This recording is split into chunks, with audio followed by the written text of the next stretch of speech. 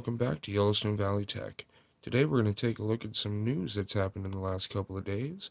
I thought it was kind of interesting, and I think you will too. To start things off, we're going to go to the rumor mill because I think this is not only funny, but exciting if it does turn out to be true. So, supposedly, according to a leak via German website 3D Center, it claims that NVIDIA GeForce GTX 20 series is supposed to debut in April. Now, they claim that the new generation of GPU is going to be based up on the upcoming architecture codenamed Ambry. Now, that does sound pretty fun and exciting. However, the downside to all this is it's just rumors at this point. We really don't know if anything is going to happen. If this does pan out and it does turn to be true, then the most likely scenario is that they will announce it at its GTC Technology Conference in San Jose, and that's due to take place at the end of March. Honestly, from what we've been hearing, the site claims that TSMC has stopped production of the GP102, and that's the GPU that currently powers the GTX 1080 Ti. So basically, what they're saying is that the current Gen 1080 Ti and Titan XP graphics cards are going to be stop being produced throughout the rest of this year to make way for the 20 series, the GTX 20 series. Um, I don't know if that'll actually happen. The 1080 Ti is an extremely popular card, and the Titan XP is a nice one as well. So, again, this is a rumor mill, but fun and exciting, and we'll see how that all pans out. I do think, however, that the mention of running off the Ampere architecture is probably going to be true. The only reason I say that is because Volta seems to be targeted towards the AI segment and data centers. So I'm pretty sure to kind of get away from data centers trying to scoop up GeForce cards and things like that. You may have seen a few articles regarding that. I think what's going to happen is that they're going to use Volta for data center, AI, that kind of thing, and Ampere is going to be the new GeForce architecture. The cool thing about this also is because GDDR6 is now available, the 20 series will most likely use that new VRAM technology. So we'll have to see how this all goes, but exciting nonetheless.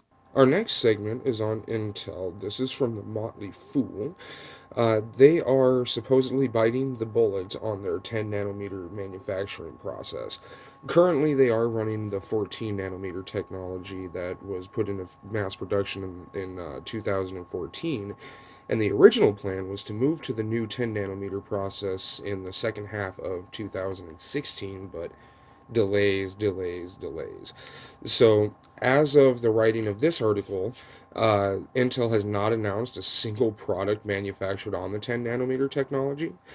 During their earnings conference call, CEO Brian, I am going to slaughter this, uh, Krasnich, claimed that the company shipped its first low volume 10 nanometer part, though CFO Bob Swan later indicated that the real volume ramp of its 10 nanometer wouldn't happen until second half of this year.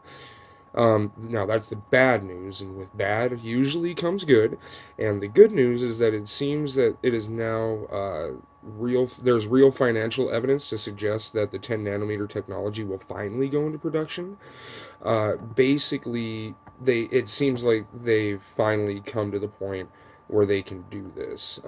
The company expects that the gross profit margin percentage for the full year 2018 to decline between 200 and 250 basis points, and that's from the 62.3% it enjoyed during full year 2017. That reduction, Swan said, is driven by growth in Intel's adjacent businesses, so the AI data center stuff like that. Um, so it that also kind of counters with the transition costs to go to the 10 nanometer process. It's not great that the costs involved in bringing the 10 nanometer process online would substantially weigh on gross profit margins this year.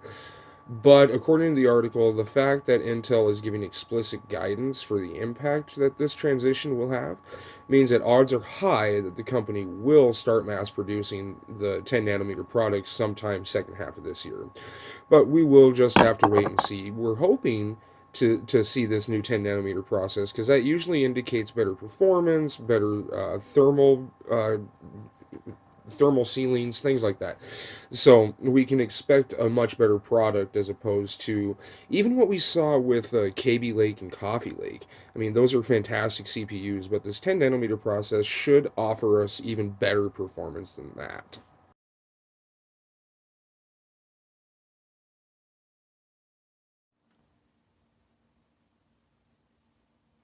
Our last segment of the day goes over the recently launched Ryzen desktop processors with integrated Vega graphics. Now, this is probably the one that I'm most excited for, just because I've been using AMD processors for quite a number of years, and it's nice to see that they're actually back to a competitive nature, especially since the launch of the Zen architecture with Ryzen last year.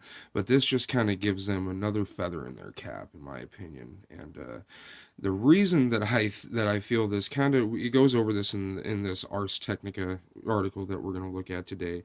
So basically, it didn't offer until Monday. AMD didn't offer Intel a lot of competition, so to speak, because all Intel chips, or the majority of them, feature integrated graphics.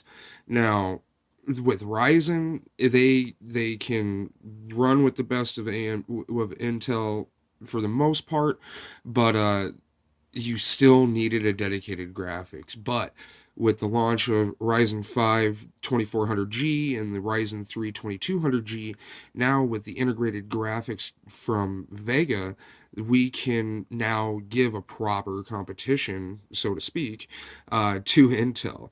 Now, in laptop and corporate desktop, most processors combine the two just because it's cheaper that way. So this will actually give AMD a bigger foot in the door for business, but we'll have to see how this all pans out for them as far as business goes. Now, this is a real big treat for budget, and the reason for that is now you don't need a dedicated graphics. I've seen some reviews that say the Ryzen 5 2400G actually runs better than an i5 8400 with a discrete GTX 1030. So take that for what you will. Another good thing about all this is the specs on these two. The Ryzen 5 is a 4-core 8-thread with 11 Vega compute units on there, and those are clocked at 1250 megahertz. And so we're getting some decent performance there. The Ryzen 3 2200G is a 4-core 4-thread with 8 Vega compute units, but it's still clocked at 1100 megahertz. So we're still dealing with pretty decent stuff here. So that covers it for today. What do you think of all this? Do you really think NVIDIA is going to come out with the Ampere architecture in April? Do you think that Intel is, it's about time, honestly, that they move on to their 10 nanometer, but I can understand why it's taken them so long. And what do you think of the new Ryzen APUs that were launched on Monday? I wanna hear your opinions down in the comments below. Well, thanks for watching, guys. If you liked this video, you know what to do. If you disliked it, you also know what to do. Go ahead and get subscribed to the channel. Go ahead and check out our community forum down in the description below. And you guys have a fantastic day.